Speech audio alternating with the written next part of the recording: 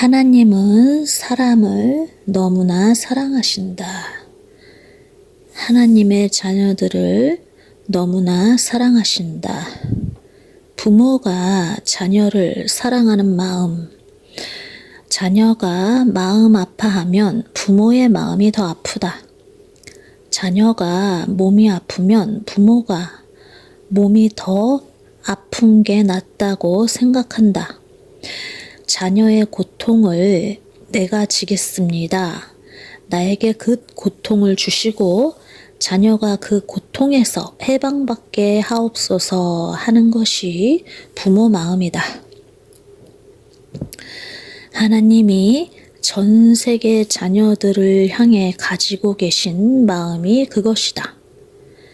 자녀들이기 때문에 그들 하나하나를 기억하며 그들이 지옥으로 떨어지지 않기를 너무나 바라신다. 전 세계의 자녀들 중에 하나님은 소수의 사람들을 뽑아서 구원받지 못한 자들이 구원받을 수 있도록 구원의 길로 가도록 돕는 역할을 하도록 하신다. 하나님의 사람으로 준비시키시는 것이다. 하나님과 마음이 하나가 되어야 하기 때문에 세상으로부터 이들을 분리시켜서 하나님과 온전한 연합의 시기를 보내며 하나님의 마음을 알고 하나님의 말씀을 배운다. 철저하게 준비된 자가 된다. 그 시기가 되면 하나님은 구원자를 세상에 보내서 빛과 소금으로써 예수님처럼 바울처럼 하나님의 말씀, 복음, 구원의 말씀을 전하게 하신다. 복음이 전해지는 현장마다 소동이 일어나고 핍박이 일어나고 죽음의 위기가 온다. 그런데 신기하게 핍박이 일어나고 죽음이 있어야 복음의 씨앗이 뿌려진다. 이것이 어떤 영적 질서다. 그냥 조용하게 쉽게 복음이 젖어들면 참 좋으련만 격렬한 사탄과의 전쟁을 치른 후에야 복음이 뿌리 내려진다. 하나님이 히브리인들을 구원하기 위해서 애굽의 바로 왕과 엄청난 영적 전쟁을 치른다. 애굽의 바로 왕, 사탄의 상징. 사탄은 백성들을 내주기 싫어한다. 자기 나라에서 그들이 반드시 필요하기 때문이다. 자기 나라를 유지하고 확장시키는데 히브리인들이 꼭 필요했던 것이다. 하나님은 이 히브리인들에 대한 구원을 이미 400년 전에 약속하셨다. 약속이 400년이 지난 후에 실행되는 현장이다. 하나님은 구원받을 백성을 이미 선택하시고 시기가 되시면 그들을 구원해 내신다. 그런데 그들을 그 나라에서 꺼내오는데 엄청난 영적 전쟁을 치르게 된다. 사탄이 호락호락 이들을 내줄 리가 없다. 그들에게 엄청난 이득을 주는 이 존재들을 공짜로 내주는 것이 싫은 것이다. 엄청난 대가를 받고도 내주고 싶어 하지 않는다. 내어주기보다 자기 안에서 이들을 더 부려먹을 것을 생각한다. 그런데 하나님이 자꾸만 달라고 하신다. 영적 전쟁을 12가지나 치르신 후에야 비로소 내어준다.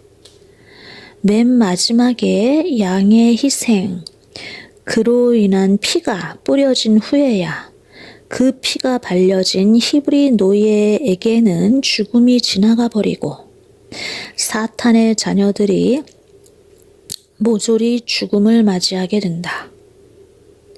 영적 전쟁에서 온전히 승리하셨다.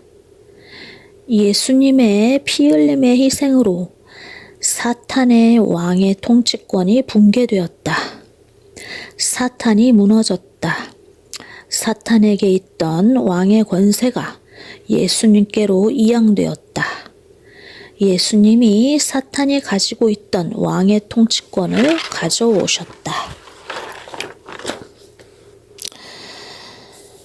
아담의 실수로 왕의 통치권이 사탄에게 넘어가서 사탄이 이 지구의 왕노릇을 하고 있었다. 비진리의 왕, 지옥의 왕으로 사람들을 모두 지옥으로 이끄는 일들을 계속해 오고 있었다. 하나님은 이 사탄이 빼앗아간 왕의 통치권을 되찾기 위해서 왕이 될 자에게 사탄 안에 묶여있는 사람들을 꺼내오기 위해서는 왕이 될 자의 희생의 피가 흘려져야 왕이 될 자가 이 사람들을 데려오기 위해서는 왕이 될 자가 죽어야지만 한다. 그 왕이 될 자는 하나님으로부터 거룩함을 훈련받고 거룩한 길을 걸어온 하나님의 아들로서 이 거룩한 하나님의 아들이 죽어서 거룩한 피를 쏟을 때 그 거룩한 피가 구원받을 백성들에게 뿌려지면 그 거룩한 피 때문에 그들이 죽음의 운명을 면하게 된다. 죽음에서 해방받게 된다.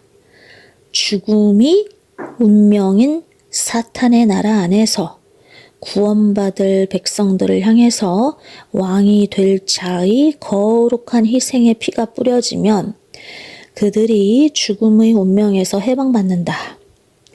죽음의 천사가 그들을 건드리지 못한다. 그들이 결국 그 사탄의 나라의 백성이 이제는 아닌 것이다. 죽음이 그들의 운명이 아닌 영원한 생명이 그들의 운명이 된 것이다. 그들의 운명이 바뀐 것이다. 그들은 그 나라의 백성이 더 이상 아니고 건짐을 받았다. 예수님의 목숨값으로 그들이 건짐받았다. 그래서 예수님의 희생의 피로 그들이 구원받을 수 있는 것. 그런데 예수님의 뒤를 따르는 바울의 경우에도 예수님처럼 십자가의 길을 걷는다. 바울도 그들을 건져내기 위해 갈 때마다 영적 전쟁을 치른다. 하나님이 12가지 재앙으로 치열한 영적 전쟁을 하듯이 바울도 하는 것이다. 그 치열한 영적 전쟁에서 반드시 바울은 본인이 희생되는 경험, 거룩한 산제물로 올려지는 경험을 하게 되는데 그러고 나면 반드시 구원받는 자녀들이 태어나게 된다. 그들을 사탄의 나라에 있던 그들을 구원시키려면 사탄과 반드시 영적 전쟁을 치러야 하는데 바울이 그 영적 전쟁을 하는 것이다.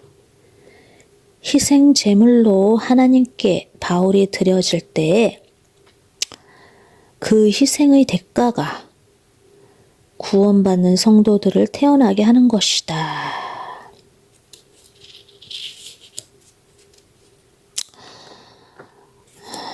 오늘은 여기까지 하겠습니다.